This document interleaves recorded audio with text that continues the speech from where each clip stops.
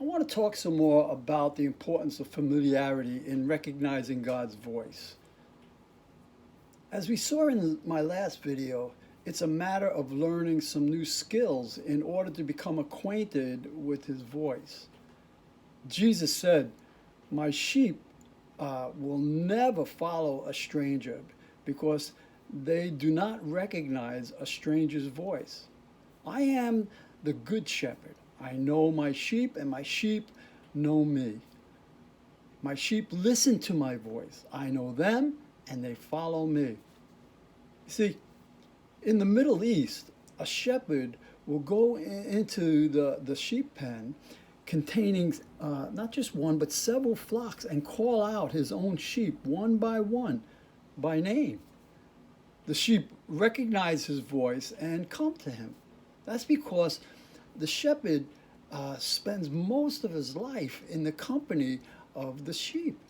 He knows each one of them intimately, and the sheep know him. They recognize his voice. Someone else, could come along and come into the pen, and they won't go near him, even if he calls their names. They're listening for the one voice that matters, the voice that they've grown to trust. This is the kind of relationship that Jesus wants to share with us. Despite complaints to the contrary, he does speak to all his followers, and they can hear his voice. So, what's the problem? They don't recognize his voice when he speaks. How do you become familiar enough that you recognize God's voice? And it comes with time spent.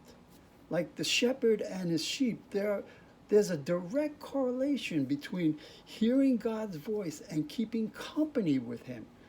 You can't expect to recognize his voice when he speaks if you treat him like a stranger.